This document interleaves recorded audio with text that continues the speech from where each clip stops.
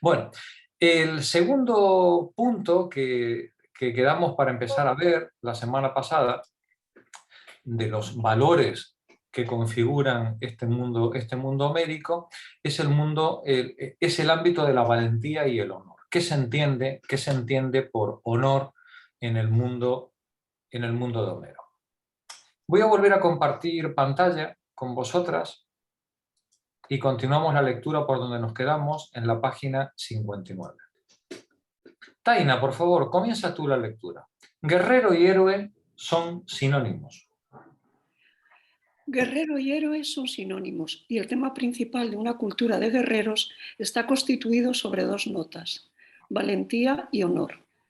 La primera es atributo esencial del héroe, el segundo es su objetivo principal. Y en ese camino hacia el honor, la vida misma no necesita ser un obstáculo. Si había momentos en los cuales incluso el más grande de los héroes conocía el temor, bastaba con clamar «cobarde, mujer», para volverlo a la razón. El hecho significativo es que nunca, ni en la Ilíada ni en la Odisea, hay una discusión racional, una consideración argumentada y disciplinada de las circunstancias y sus implicaciones, de los posibles modos de actuar, de sus ventajas y desventajas. Los valores básicos estaban dados, predeterminados, y lo mismo ocurría en consecuencia con el lugar de un hombre en la sociedad y los privilegios y deberes que se derivaban de su situación social. No estaban sujetos a análisis o debate. Había situaciones en las que cabía discutir si un consejo se daba por prudencia o si era la voz de la cobardía. Entonces no se trataba de mera táctica, ni de lo ilegítimo de lo ilegítimo de desafiar o defender el código del honor, sino que era un asunto de clasificar y evaluar debidamente una elección específica de procedimientos. Es decir, cuando el concepto de honor era un concepto tan monolítico que cuando alguien hacía un consejo de prudencia, era difícil determinar para el actuante si ese consejo de prudencia era prudencia o era cobardía, ¿no? Y en un mundo de héroes, ante la duda, sin duda, se entendía que era cobardía. Vamos a ver cómo se desarrolla esto en los dos poemas.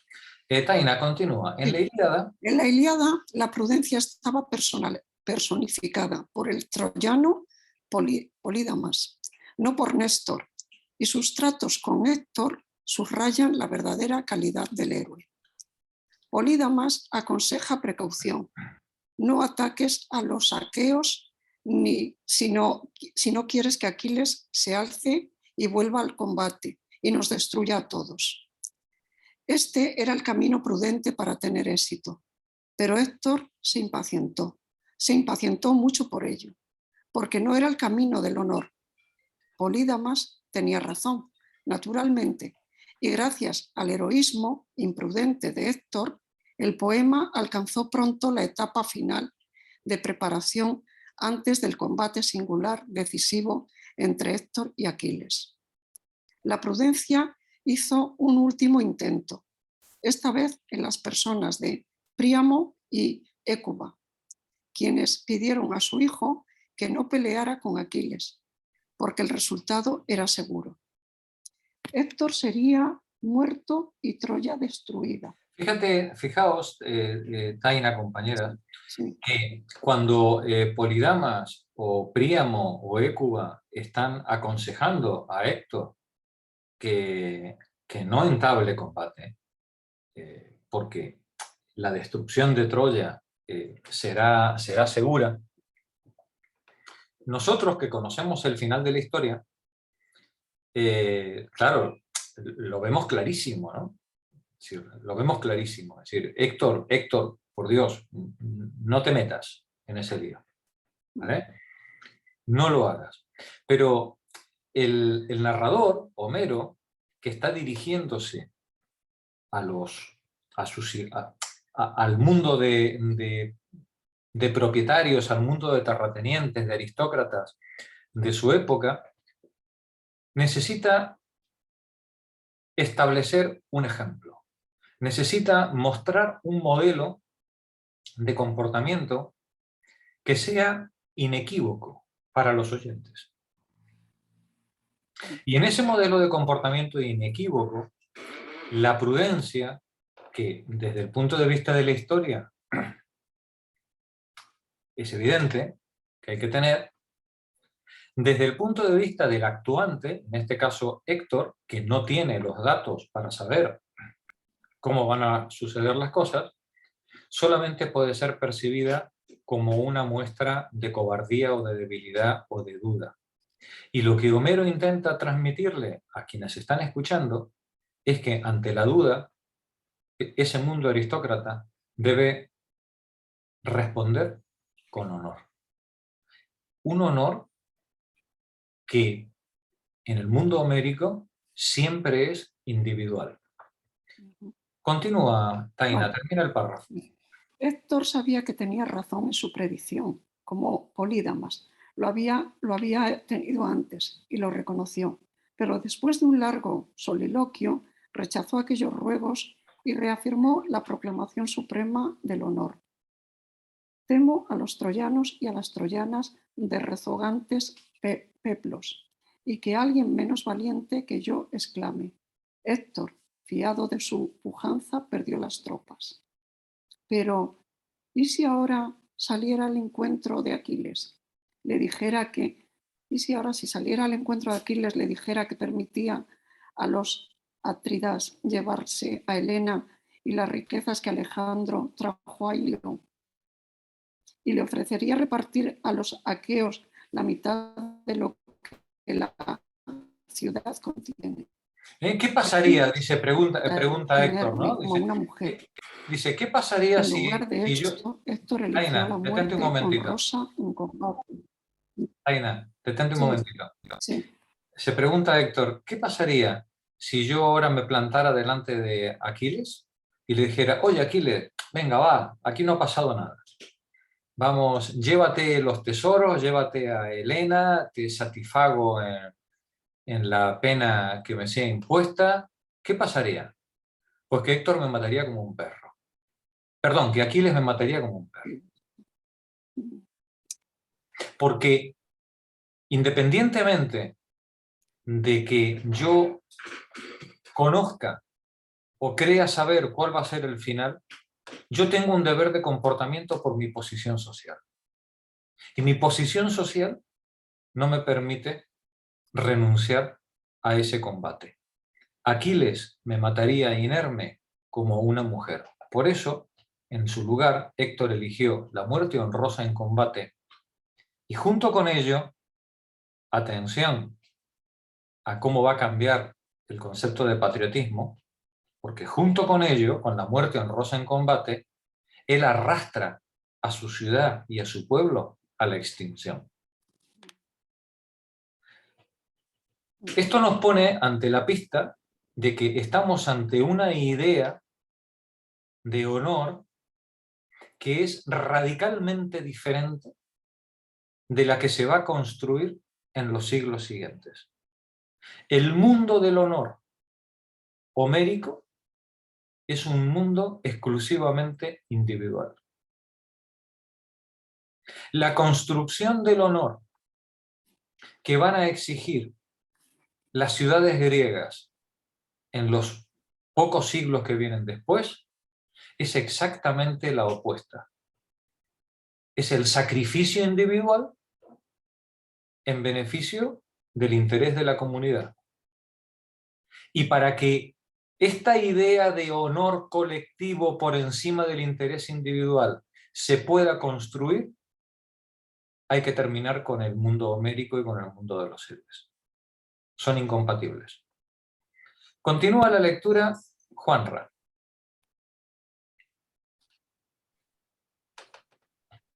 A ver, ¿dónde está? Una vez, cuando Polídamas señaló un agujero como motivo... Un agüero. Un agüero, es verdad. Como motivo, que es un agüero. Un agüero, una predicción. Una predicción, un mal augurio o algo así. Sí, un augurio. Vale. Como motivo de precaución, Héctor lo rechazó como el mejor agüero es este, combatir por la patria. Pero su comportamiento fue un mentis a esa réplica. El hecho es que aquel concepto de obligación social es fundamentalmente no heroico. Refleja el nuevo elemento, la comunidad, en el único punto en el que era permitido desatender cualquier otra cosa, el punto de defensa contra un invasor. En las generaciones siguientes, cuando la comunidad comenzó a moverse desde los flancos al centro del escenario griego, el héroe desapareció rápidamente porque el honor del héroe era puramente individual. Algo por lo cual vivía y luchaba por su propio valor como por sí mismo. La adhesión a la familia era permitida porque el parentesco era indistinguible del individuo mismo. El honor de una comunidad era una cualidad totalmente diferente que exigía otro orden de habilidades y virtudes. De hecho, la comunidad solo podía prosperar si domaba al héroe y ponía obstáculos al libre ejercicio de su valentía, y un héroe domesticado era una contradicción en sí mismo. Ni una sola vez Homero, Agamenón o Odiseo reprocharon a Aquiles por algo tan anacrónico como lo que era la responsabilidad pública. Aquiles estaba obligado por el honor a aportar su valentía incomparable a la batalla, pero cuando Agamenón le arrebató la muchacha Briseida, su honor fue insultado públicamente. El dilema se hace inmediatamente intolerable. El honor se veía lanzado en dos direcciones opuestas. Y si bien una de ellas marcaba la victoria en una gran guerra y la otra una bagatela, una mujer cautiva entre miles de otras, el tremendo conflicto estaba precisamente en el hecho de que el honor no se medía con los productos de un mercado, sino que el insulto tenía tanto valor como la guerra. ¿Vale? Es decir, el honor en el mundo homérico es un concepto absolutamente individual, y el débito para con la comunidad es un concepto que todavía está por construir, no forma parte del mundo homérico. Juan, continúa tú, por favor. Cuando Aquiles Jorge, rehusó el hola, regalo... ¿me escuchás, Jorge? Sí, adelante, Jorge. No, quería ver si podés agrandar la letra, porque la verdad que mira cómo estoy, arriba del teclado y así todo no la puedo ver. ¿La podrás Así, agrandar tú mismo, Jorge? así se ve mejor. ¿Sí? Vale. Adelante, Juan. Cuando Aquiles rehusó el regalo de reparación, comenzó la verdadera tragedia de la Ilíada. Canta, oh diosa, la cólera del Télida Aquiles. El héroe no cometió el error al principio, sino cuando rehusó la dádiva punitiva, la satisfacción de la afrenta por Agamenón, porque lo situaba temporalmente más allá del campo heroico y lo marcaba como hombre de excesos inaceptables. Por la muerte del hermano o del hijo, decía Ajax con gran indignación, se recibe una compensación y una vez pagada el matador se queda en el pueblo y el corazón y el ánimo airado se apaciguan. Y a ti los dioses te han llenado el pecho de implacable y feroz rencor por una sola joven. ¿Qué es lo que le echan en cara a Aquiles sus compañeros? Le echan en cara la ibris, le echan en cara la falta de mesura, le echan en cara de que no acepte la compensación que se le está ofreciendo, y que su criterio de ofensa entre en contradicción con su débito, con el débito que él tiene como héroe de actuar por honor en el combate, ¿no? Y que entonces, pues, por esa falta que se ha cometido con él, por quitarle a la muchacha, él esté incumpliendo su deber que los compañeros están estimando como un deber mayor en su calidad de héroe de entrar en combate. Continúa, Juan. Perdona, Jorge, te voy a preguntar, porque esta es la traducción del griego y esto se dice que está escrita en hexámetro, ¿no? En la rítmica hexámetro. Pero es que no lo pillo, los versos originales son los que están en hexámetro, porque esto no parece que tenga una rítmica así. No, esto es una traducción.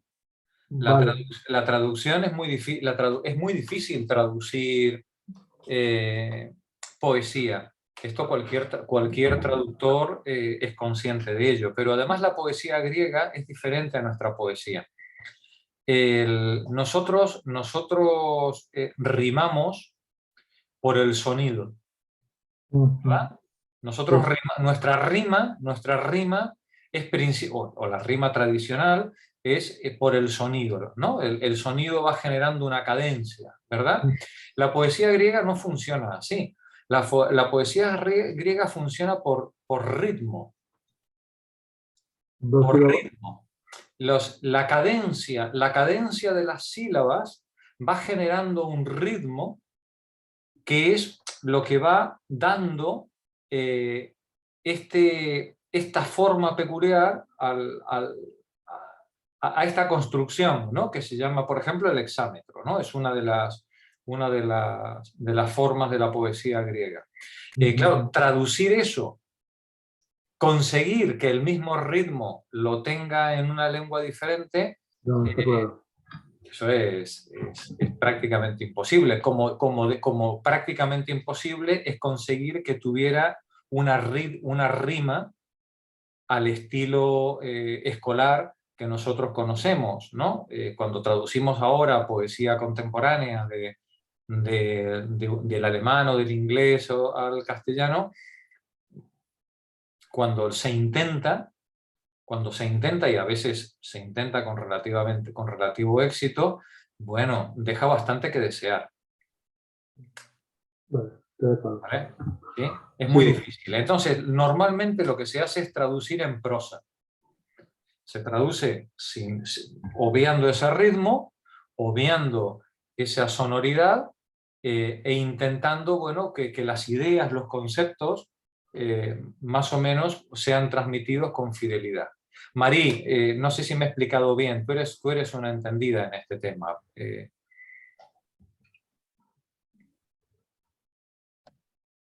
Que yo no estoy de acuerdo contigo, no se puede traducir poesía en prosa, salvo que consigas traducir al mismo tiempo en esa prosa el soplo, el ritmo y la música. Pues estás de acuerdo, entonces estamos de acuerdo, no se puede. No se puede. Ah, qué bien, estamos de acuerdo, claro. Es que no, la poesía es muy difícil. Entonces, se puede traducir, pero no obligatoriamente hay que respetar la rima. La rima es lo menos. Es la cadencia y los sonidos generales. Claro. Pero la rima en sí, sí de vez en cuando puedes conseguir algunas asonancias y ya está bien. Pero lo importante es esto, es el ritmo, el soplo y los sonidos. Por eso es tan complicado traducir poesía. Claro. Es que nunca aciertas. Y más de dos lenguas tan lejanas, ¿no? Claro. Claro. Muy bien. Gracias, Marí. Deres. Juan, continúa. Sí. Pero que había cerrado la página, la pantalla. Homero no podía terminar su historia con la muerte de Héctor a manos de Aquiles, porque nos habría dejado con Aquiles, el hombre excesivamente enojado, y no con aquel Aquiles, el héroe redimido. Aquiles todavía tenía que borrar su cólera. Esto lo hizo abandonando su idea de arrojar el cuerpo de Héctor a los perros, un nuevo exceso nacido de su dolor por la muerte de Patroclo. y devolviendo el cuerpo a Príamo para los ritos debidos. Ahora la pizarra estaba limpia.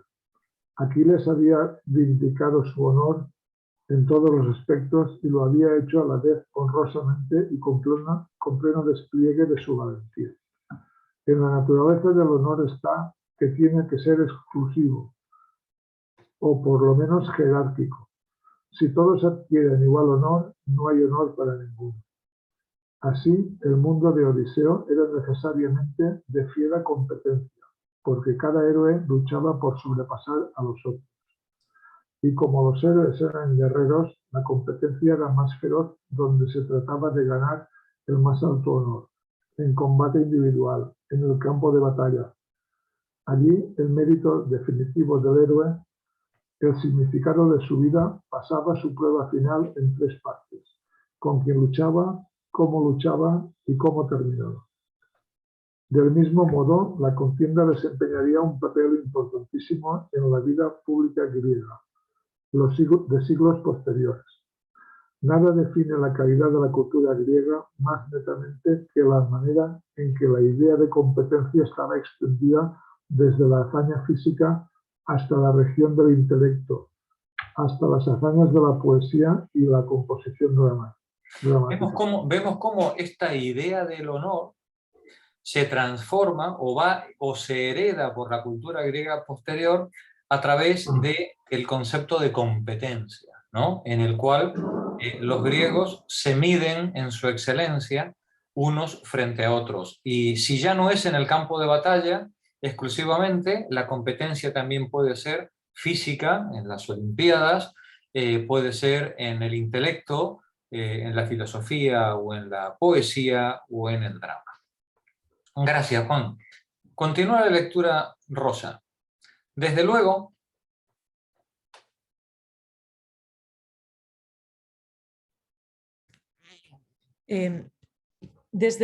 el mundo de Odiseo todavía no estaba preparado para dar ese paso, como tampoco estaba preparado para socializar la contienda, por decirlo así.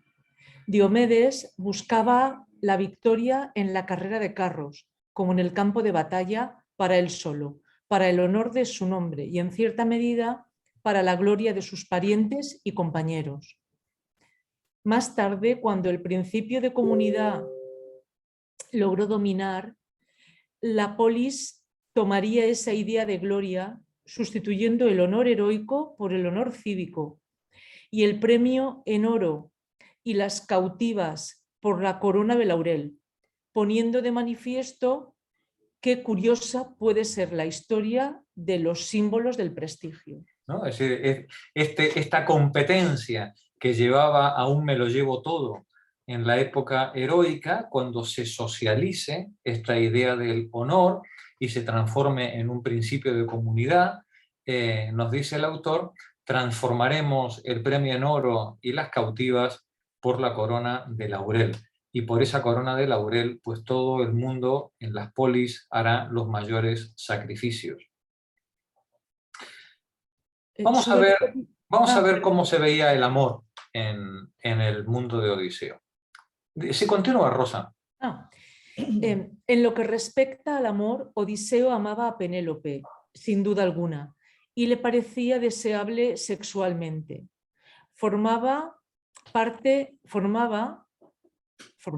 ¿no? Es que hay una creo que sí, debe ser un error. Formaba parte de lo que él entendía por hogar, madre de su hijo amado y señora de su oikos.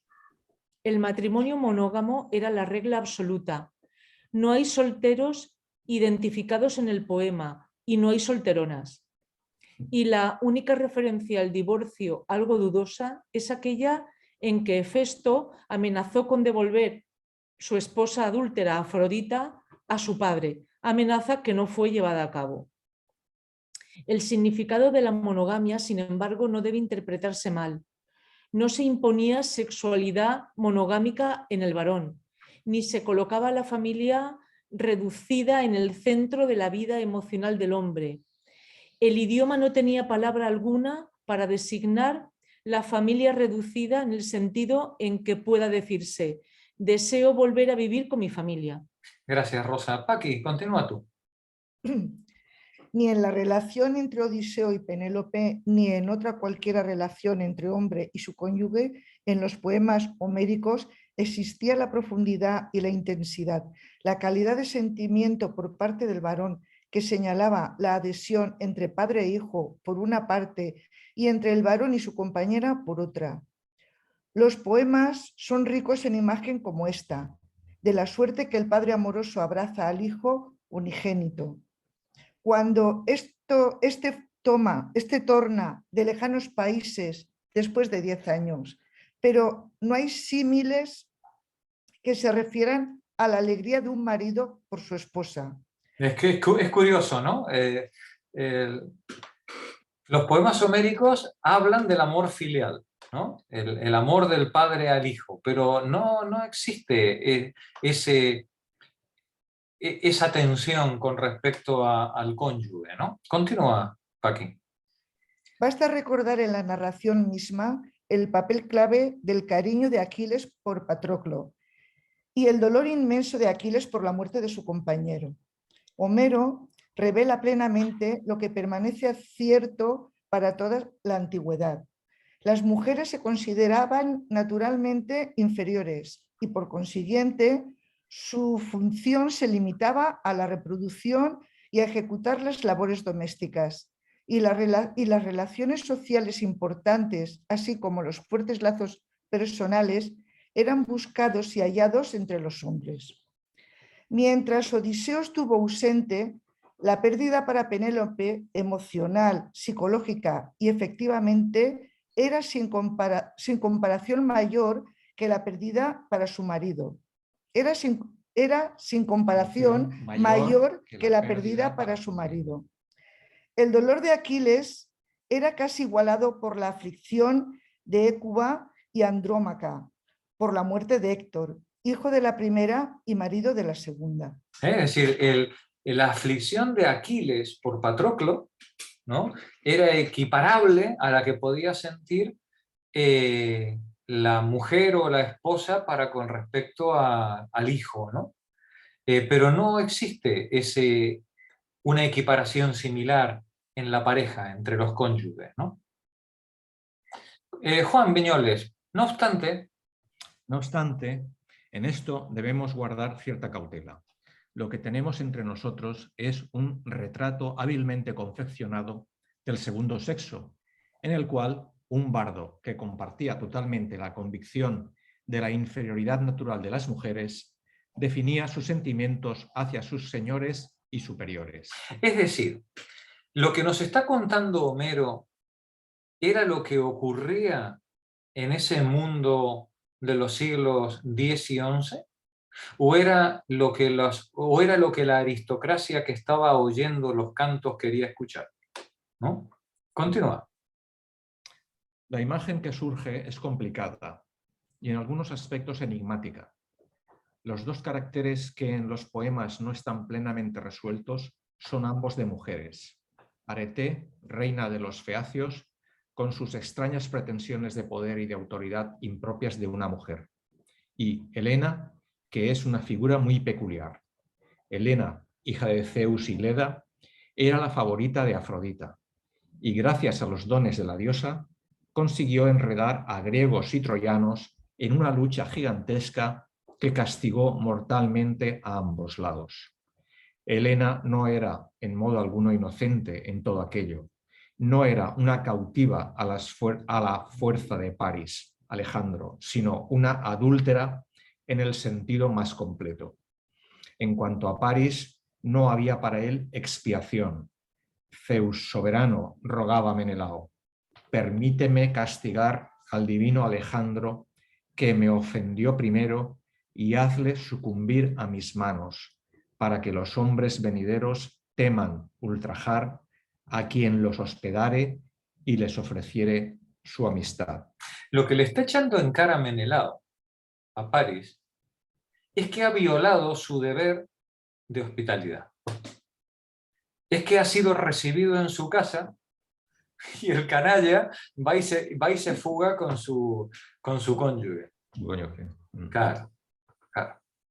Eso es lo que más le duele a Menelao, ¿no? Es decir, por eso que Helena puede volver sin ningún problema a su país natal y recuperar otra vez sus funciones como reina sin ningún problema. El que ha violado tremendamente las reglas del mundo homérico es París, abusando del deber que tenía al ser recibido con hospitalidad por Menelao. Continúa, por favor. Pero Helena no recibió castigo alguno y escasamente algún reproche. Acabó sus días de vuelta en Esparta, administrando drogas mágicas obtenidas en Egipto, interpretando agüeros y participando en la vida del palacio en gran parte como arete y no como una buena mujer griega. Gracias, Juan. Sara, continúa tú. Ni siquiera Penélope estaba enteramente libre de sospechas y de elementos enigmáticos. Cuando Atenea ordenó a Telémaco que regresara inmediatamente de su visita a Menelao, porque en caso contrario Penélope, que estaba cediendo a la presión de su padre y de sus hermanos, no solo aceptaría a uno de los pretendentes, sino que entregaría a Saqueo el tesoro del palacio. Terminó la diosa con una generalización arrolladora. Bien sabes qué ánimo tiene en su pecho la mujer. Desea hacer prosperar la casa de quien la ha tomado por esposa, y ni de los hijos primeros ni del marido difunto con quien se casó virgen se acuerda más ni por ellos pregunta. Fíjate, Sara, la forma que usa, ¿no? Bien sabe qué ánimo tiene en su pecho la mujer. No está hablando de Penélope, ¿eh? No, aquí está hablando de todas. De las mujeres, hablando de las mujeres en general. Bien sabe qué ánimo tiene en su pecho la mujer en general, ¿no? Y esto lo está diciendo la diosa, ¿no? Desea hacer prosperar la casa de quien la ha tomado por esposa, y ni de los hijos primeros ni del marido difunto con quien se casó virgen se acuerda más ni por ellos pregunta. Continúa, Sara. Verdaderamente extraño era este modo de hablar de Penélope, que provenía de una fuente muy interesante. En el Olimpo, los dioses eran indudablemente superiores a las diosas, consideradas colectivamente. Eran superiores no solo en poder, sino asimismo en la apelación a ellos, en los sentimientos que inspiraban en los hombres. La principal excepción a la regla era Atenea, y la cualidad significativa de Atenea como diosa era su ánimo varonil. Era la diosa virgen en un mundo que no conocía pecado original, ni pecado de sexo, ni vírgenes vestales. Ni siquiera fue nacida de mujer, ya que surgió de la cabeza de Zeus. Insulto a todo el género femenino que no perdonó nunca a su marido. Era la hembra íntegra a quien los griegos temían un poco y no querían en lo más mínimo, desde los días de Odiseo hasta el ocaso de los dioses. Era, dice, la hembra íntegra, la diosa del hogar, la representante del género femenino a quien los griegos temían, y no querían en lo más mínimo, ¿no? Así nos pinta la poesía, la mitología, la situación de la mujer. Alfonso, continúa. Ni Atenea ni el poeta fueron más allá en la explicación del comportamiento de Penélope. La responsabilidad de Helena, sin embargo, era explícitamente de Afrodita. Al principio de la Ilíada, París desafió a Menelao a combate singular y poco faltó para que perdiera la vida. Cuando Afrodita arrebató a su hijo con gran facilidad por ser diosa y llevóle, envuelto en densa niebla, al oloroso y perfumado tálamo. Luego fue a llamar a Helena, hallándola en la alta torre. Ven, te llama Alejandro para que vuelvas a tu casa. Hállase espléndidamente por su belleza y sus vestidos en el torneado lecho de la cámara nupcial. Helena se resistía. La diosa Afrodita le respondió colérica. No me irrites, desgraciada. No sea que, enojándome, te abandone, te aborrezca de modo tan extraordinario como hasta aquí te amé. Y Helena tuvo miedo y se dirigió a la cámara nupcial y al torneado lecho. La razón para la resistencia de Helena había sido dada unos cuantos versos antes. Disfrazada de la Ódice, la hija más hermosa de Príamo, la divina mensajera Iris le habló y le infundió en el corazón dulce deseo de su anterior marido, de su ciudad y de sus padres. Este atolladero en que se encontraba Helena no era inusitado. En la psicología homérica, toda acción humana y toda idea podía ser consecuencia directa de intervenciones divinas. En asuntos ordinarios nunca se podía estar seguro, y un hombre no siempre podía captar los lineamientos divinos. Así, en réplica a la solicitud de Penélope de una explicación del peligroso viaje de Telémaco a Filos y a Esparta en busca de noticias sobre su padre, el heraldo Medonte dijo: ignoro si le incitó alguna deidad o fue únicamente su corazón, Timos, que le impulsó a ir a Pilos. Sin embargo, cuando la acción era irrazonable o asombrosa por algún otro motivo, no había duda de que los dioses habían intervenido. Cuando Euríclea informó a Penélope que Odiseo había regresado y dado muerte a los pretendientes, la reina replicó, absolutamente incrédula: ama, querida, los dioses te han trastornado el juicio, que ellos pueden entorpecer al muy discreto y dar prudencia al simple, y ahora te dañarán a ti, de ingenio tan sesudo. Pueden citarse ejemplos de cada página y de toda situación concebible. Es decir, en este mundo mítico, en general en el mundo griego, las acciones racionales, las acciones prudentes, no se podía saber nunca si eran debidas a la propia voluntad o al influjo de alguna divinidad. Las que eran absolutamente demenciales o incomprensibles, sin duda que habían sido inspiradas por algún demón o por alguna deidad. Esto es importante porque coloca la responsabilidad individual en un ámbito diferente al nuestro.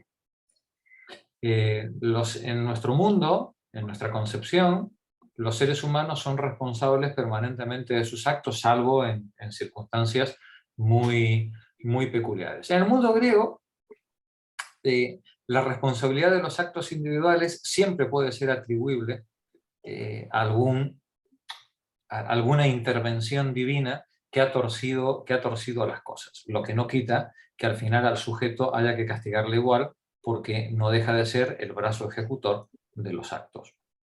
Continúa Luisa.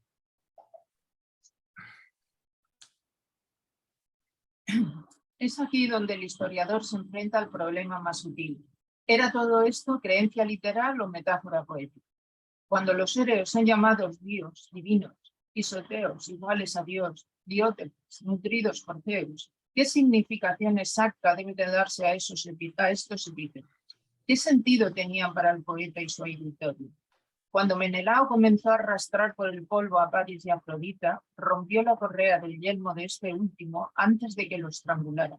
¿Se trataba de figura poética para señalar el azar, un afortunado accidente que rompió a tiempo la correa, o creía Homero literalmente lo que cantaba?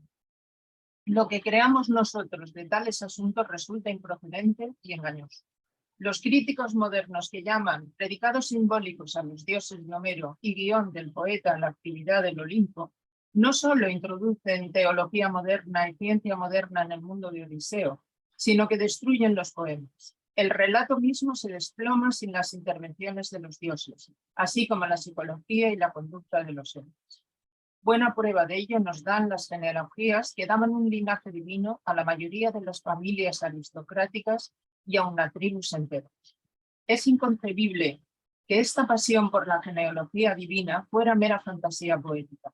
Había aquí una sanción del privilegio aristocrático, del gobierno por poder, y una ideología que nadie cree que sea un absurdo. Genófanes, en el siglo VI, antes de nuestra era, no estaba combatiendo con molinos de viento cuando alzó su voz para protestar duramente contra el punto de vista homérico de los dioses.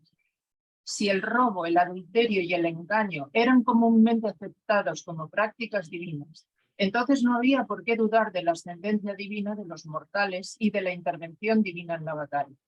La dificultad esencial reside en hallar la línea justa entre un mundo de pensamiento primitivo que había desaparecido y una racionalidad que todavía había de venir. Es decir, cuando Homero está hablando de estas intervenciones divinas en el mundo de los seres humanos, estamos seguramente ante un mundo en transición.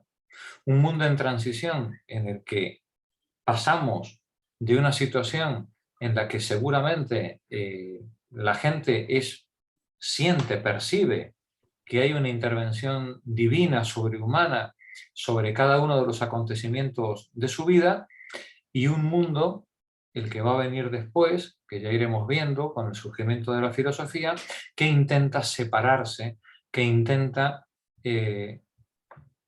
alejar este mundo divino de los actos y la responsabilidad de los seres humanos. Sales, continúa tú. Un elemento que decididamente no era primitivo era el antropomorfismo completo. Dios fue creado a imagen del hombre con una habilidad y un genio que deben ponerse en la categoría de las más grandes proezas intelectuales del hombre. El conjunto de la sociedad heroica estaba reproducido en el Olimpo con sus complejidades y matices.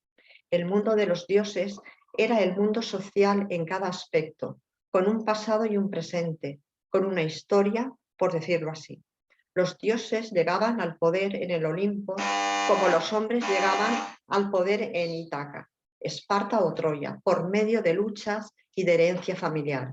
He aquí la narración, con palabras de Poseidón, de lo que siguió a la poderosa derrota de los titanes. 3 somos los hombres nacidos de Rea y de Cronos, Zeus, yo y el tercero Hades, que reina en los infiernos. El universo se dividió en 3 partes para que cada cual imperase en la suya. Yo obtuve por suerte habitar siempre en el espumoso y agitado mar.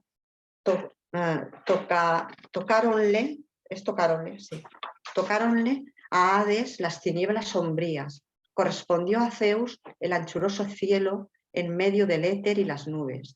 Pero la tierra y el alto Olimpo son de todos. Y gracias, Alex. Mari, continúa tú. El poder. El micro, Mari.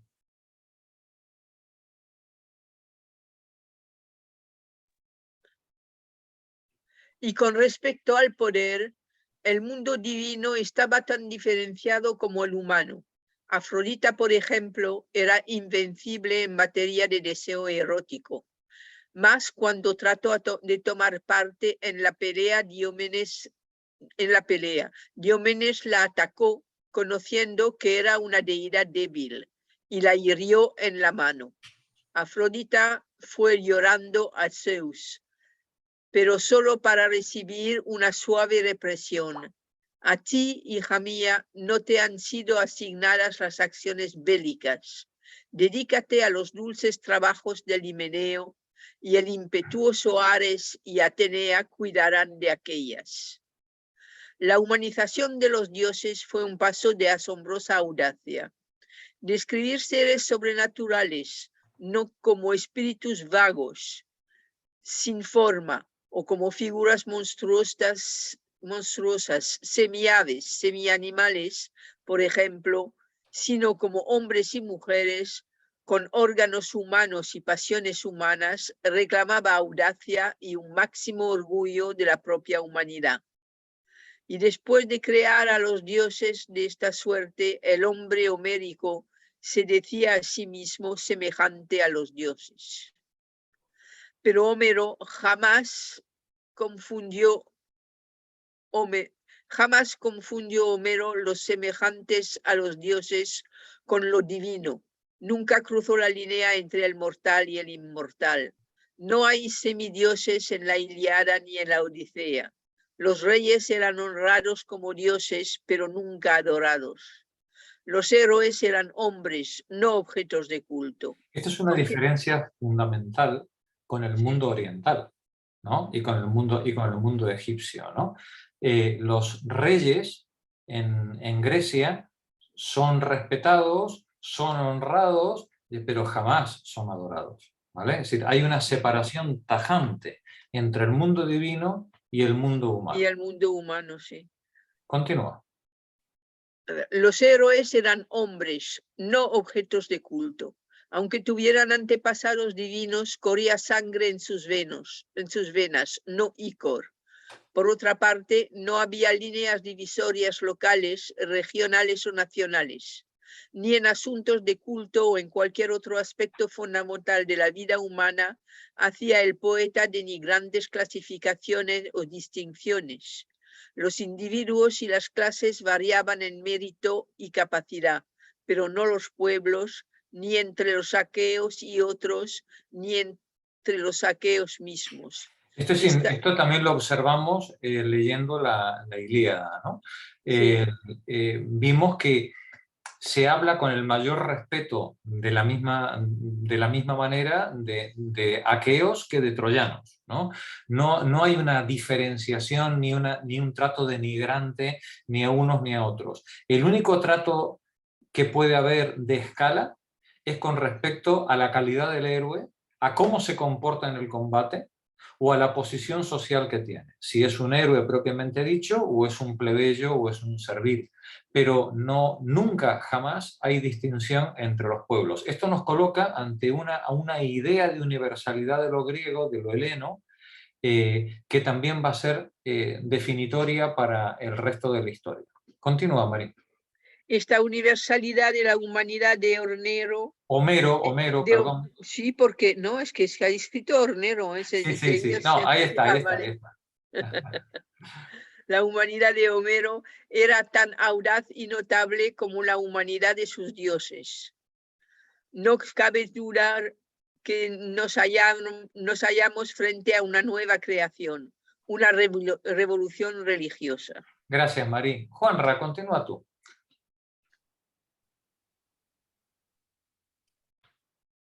No sabemos quién realizó, si fue el poeta de la Ilíada o algún bardo anterior, pero podemos estar seguros de que ocurrió una rápida transformación y no meramente un cambio gradual y lento de creencias. Jamás en la historia de las religiones conocidas, orientales u occidentales, hubo una nueva religión presentada de otro modo que de golpe. Nuevas ideas pueden haber estado germinando durante largo tiempo. Viejas ideas pueden haber pasado por cambios constantes y lentos.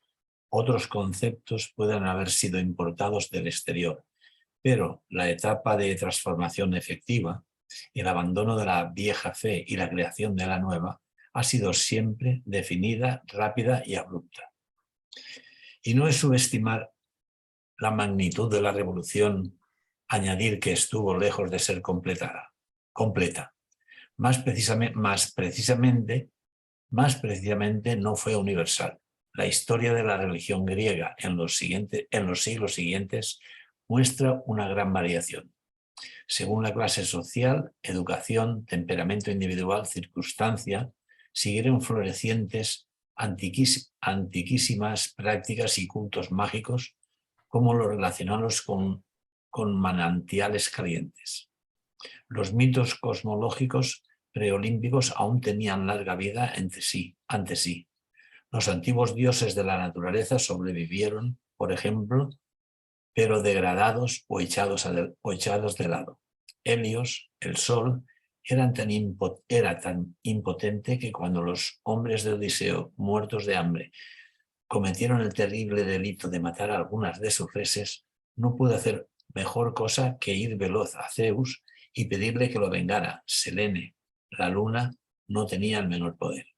Vemos, nos dice el autor, cómo en el mundo de Homero confluyen ritos antiquísimos, ideas religiosas que probablemente son que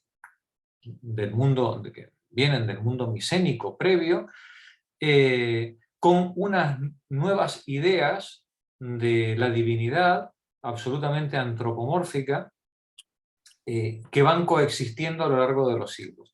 Y sin embargo, esta coexistencia que va dejando de lado estos ritos primitivos, los ritos primitivos que representan las fuerzas de la naturaleza van a quedar arrinconados cada vez más en el mundo popular y campesino, mientras que este mundo homérico de dioses y de héroes es el que va a hacerse fuerte en el ámbito de lo institucional y de las aristocracias.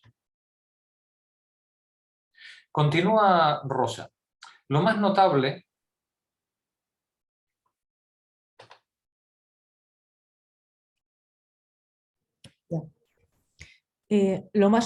de todo es la indiferencia hacia Deméter, diosa de la fecundidad, porque a diferencia de Helios y de Selene, Deméter permaneció como una gran figura en la religión griega durante muchos siglos después de Homero. Sus ritos celebraban la sucesión de las estaciones, el misterio de las plantas y de los frutos en su ciclo anual de crecer y decaer. El culto a Deméter fue practicado aparte de religión olímpica formal, porque sus fundadores no encontraron lugar para ella ni para los ritos misteriosos. Pero sabía todo lo que había que saber acerca de Deméter. Esta es mencionada 6 veces en la Ilíada y en la Odisea. Y esta es precisamente la cuestión. Deliberadamente le volvió la espalda y a todo lo que ella representaba.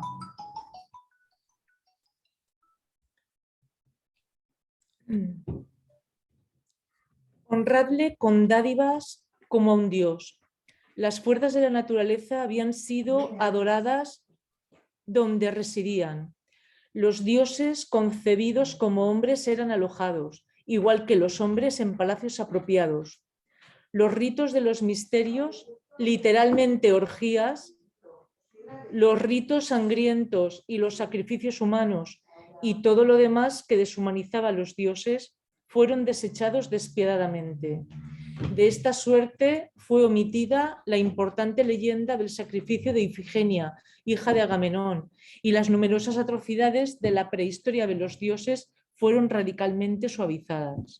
Estamos asistiendo a un cambio religioso en el cual los viejos rituales y la manera en la que se adoraba a las fuerzas de la naturaleza en el mundo anterior va poco a poco siendo sustituido por una nueva religión, por una nueva forma de entender la relación con lo divino, en la cual las fuerzas de la naturaleza son dadas a un lado en beneficio de la iconografía y los dioses oficiales.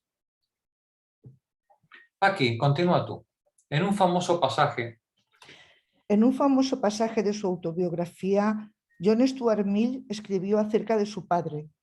Lo he oído decir 100 veces que todas las edades y todas las naciones han representado a sus dioses como malvados en progresión constantemente creciente, que la humanidad ha ido añadiendo rasgos tras rasgos hasta llegar a la concepción más perfecta de la maldad que puede idear la mente humana.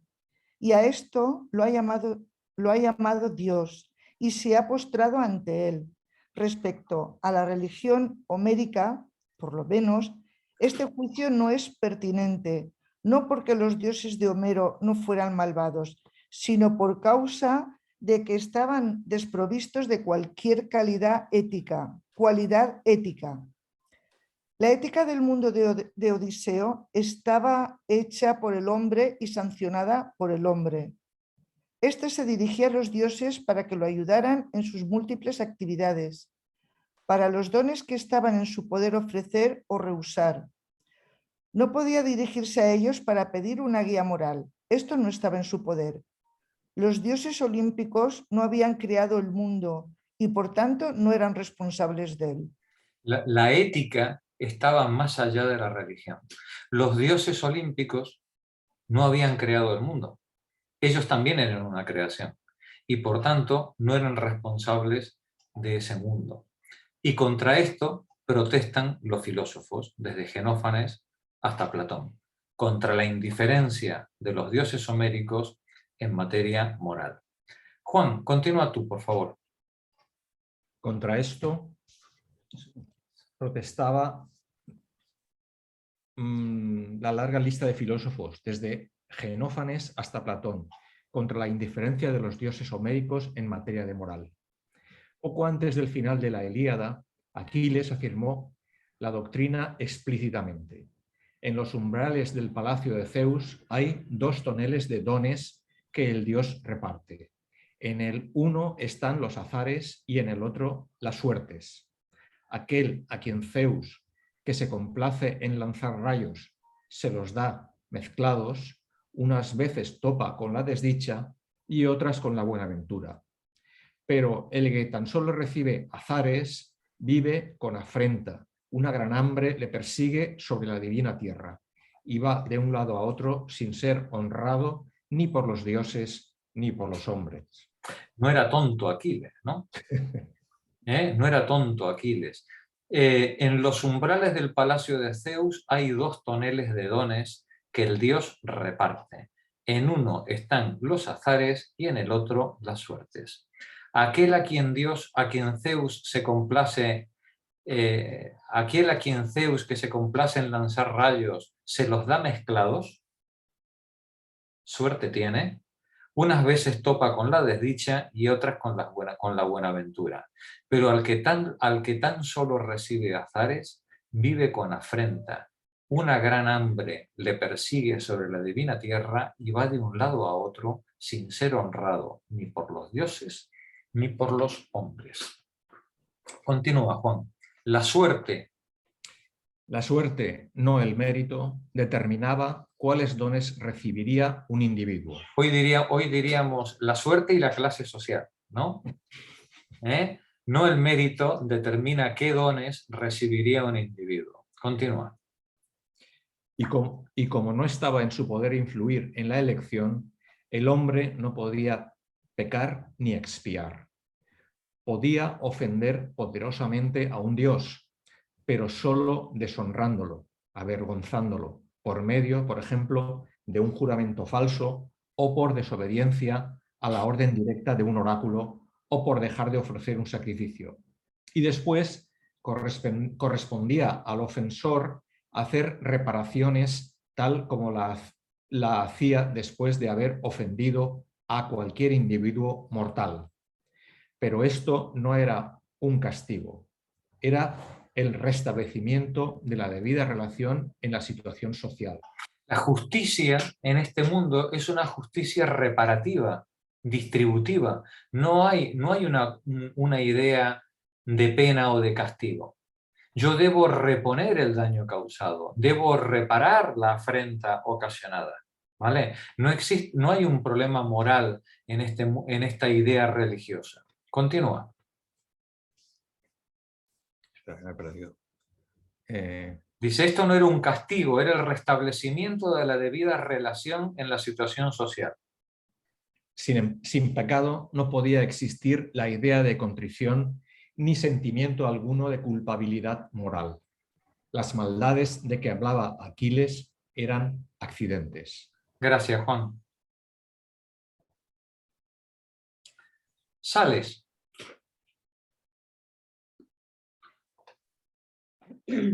Tampoco se temía respetuosamente a los dioses. Los príncipes de Homero temían a los dioses solamente como temían a sus señores humanos. Nunca se emplea en la Ilíada palabra alguna que signifique temor de Dios. Y apenas hace falta añadir que tampoco existe una expresión amor de Dios. Piroteos hace su primera aparición en el idioma con Aristóteles. Para ayuda moral, los hombres de la Ilíada no confían en los dioses, sino en sus compañeros mortales, en las instituciones y en las costumbres dentro de las cuales viven. Tan completa era la revolución intelectual que había acontecido. Fijaos qué importante este concepto, ¿no? Es decir, en la religión homérica no hay nada ético ni nada moral a lo que los seres humanos puedan dirigirse para buscar ejemplo. Para cualquier ayuda, los seres humanos no pueden confiar en los dioses, sino en sus compañeros mortales, en las instituciones y en las costumbres dentro de las cuales viven. Continúa. Extirpado el íncubo de las fuerzas naturales ininteligibles y todopoderosas, el hombre retenía la conciencia de que había poderes en el universo que él no podía gobernar y que no podía realmente comprender, pero tenía una gran conciencia de sí mismo, un orgullo y una confianza en sí, en el hombre y en su comportamiento en la sociedad. Es decir, estos seres humanos que estamos viendo en el mundo, de este mundo en transición, tienen una religión que va abandonando esas fuerzas de la naturaleza en beneficio de estos dioses antropomorfizados, y sin embargo, esta religión, esta manera de entender el mundo y la relación con lo divino, no les da una brújula moral. No tienen más brújula moral, no encuentran más brújula moral que las costumbres, que las instituciones, que las relaciones que tienen con sus iguales. Y nos dice el autor, estos seres humanos retenían la conciencia de que había poderes que no podían gobernar, inclusive cosas que no se podían comprender. Pero dentro de esa concepción de la finitud humana, tenían una gran conciencia de sí, orgullo y confianza en el ser humano y en su comportamiento en las estructuras comunes, comunitarias, humanas, civiles, que ellos podían construir. Continúa, Sales. Sí. Pero, ¿qué pasaba con los individuos cuya vida no daba margen para el orgullo ni la confianza en sí mismos? Pues es evidente que los dioses de la Ilíada eran dioses de héroes, o hablando sin rodeos, de los príncipes y cabezas de familia de las grandes casas solariegas. ¿Qué ocurría con nosotros, aquellos para quienes había venido la edad de hierro, o que los hombres no cesarían de sufrir toda suerte de fatigas y miserias durante el día, ni de ser consumidos durante la noche? Dice Sales, dice, ¿qué pasaba? Esta filosofía, entre comillas, esta concepción del mundo y de la vida, estaba muy bien para los héroes, estaba muy bien para los terratenientes, para los aristócratas, muy confiados en la fuerza de sus oikos, de sus armas, de sus amistades, de sus relaciones de poder. ¿Y qué pasaba con los demás a los que Zeus le había dado del tonel? Con el resto. Le había dado el tonel solamente de los pesares, ¿no? ¿Qué pasaba con todo el resto de la gente? ¿Qué ocurría con aquellos para quienes había venido la edad de hierro, en que los hombres no cesarían de sufrir toda suerte de fatigas y miserias durante el día, ni de ser consumidos durante la noche? Continúa, Sales. Tenían estos harta razón para temer a los dioses, pero no tenían razón para temerlos, si estos eran verdaderamente como el poeta los describía. Para ellos no era tampoco un problema la elección de dones. Estaban seguros de que estos venían siempre del tonel de los dones malos. Va de un lado para otro sin ser honrado ni por los dioses ni por los hombres. El poeta de la Ilíada podía apartarse de Deméter con desdén, mas a la raza de hombres de la edad de hierro ella prometía una cosecha, así como el dios Dionisos, a quien Homero también echaba de lado, implicaba vino y alegría y olvido de penalidades. Es decir, tenemos en este mundo en transición, tenemos dos grandes maneras de entender lo divino, ¿no? Una, la del mundo aristocrático, al que el tonel de los dones siempre le cae de lado, ¿no? Y luego tenemos el mundo del resto de la población, que tiene la conciencia clarísima de que siempre le ha tocado, todo lo que le toca siempre es del tonel del lado malo, ¿no? Evidentemente, su manera de entender la divinidad no podía ser la misma. Para esta otra parte de la humanidad, estos dioses de la naturaleza, estas fuerzas naturales incomprensibles, impenetrables y todopoderosas que rigen la vida, para ellos sí tenían importancia. Y aunque Homero dejara a un lado a Deméter o a Dionisio, Deméter y Dionisio seguirán siendo dioses importantes para las comunidades agrarias y para la población en general griega. Y por eso los cultos de Demetrio y Dionisio continuarán teniendo una enorme trascendencia y una enorme repercusión en toda la comunidad que no sea propiamente la clase dirigente. Ya veremos cómo más adelante el culto a Dionisio va a tener una enorme importancia política cuando tenga lugar la democracia. El culto a Dionisio será el culto sobre el que se ponga en pie, por ejemplo, estructuras, instituciones tan importantes como la tragedia, por ejemplo. Sara, continúa tú. Como dice Dodds, en Los griegos y lo irracional, Apolo se movía solamente en la mejor sociedad, desde los días en que era patrono de Héctor hasta los días en que canonizaba a los atletas aristocráticos. Pero Dionisos fue demóticos en todos los periódicos, dios del pueblo. En todos los periodos, dios del pueblo. Pero la religión olímpica no podía permanecer inmóvil y sobrevivir. La revolución intelectual reflejada en la Ilíada requería todavía otra revolución, moral esta vez, en la que Zeus fue transformado de rey de una sociedad heroica en el principio de la justicia cósmica. Hay elementos de esta nueva concepción en la Odisea, porque el tema de los pretendientes es en cierta forma un cuento de villanía y retribución. Padre Zeus, dijo el anciano Laertes cuando Odiseo se reveló a él y le narró la matanza de los pretendientes. Vosotros los dioses permanecéis aún en el vasto Olimpo, si es verdad que los pretendientes recibieron el castigo de su temeraria insolencia. El contraste con la Ilíada es sorprendente, pues en ella la destrucción de Troya fue sin duda acto de injusticia divina. Paris había insultado a Menelao y ambos bandos, aqueos y troyanos, estuvieron de acuerdo en un momento en dejar la decisión a un combate singular entre los héroes. Menelao fue el vencedor, y allí debió acabar la guerra con la vuelta de Helena y el pago de las compensaciones. Pero Hera y Atenea no quedarían contentas hasta que Ilión fuera saqueada y todos los hombres muertos. El interés de las dos diosas era estrictamente heroico. Era una insistencia sobre la plena retribución por la vergüenza que una vez habían sufrido a manos de Paris, cuando juzgó que Afrodita era la más bella. Esto, y no otra cosa, acarreó la destrucción de Troya. Desde aquel punto... Continúa, Alfonso. Desde aquel punto de vista de motivos divinos hasta el castigo de los pretendientes había un largo trecho, y el poeta de la Odisea lo cubrió vacilante e incompletamente. Sus implicaciones fueron extensas y complicadas, y no siempre las vio. Cuando lo conseguía, el efecto fue asombroso.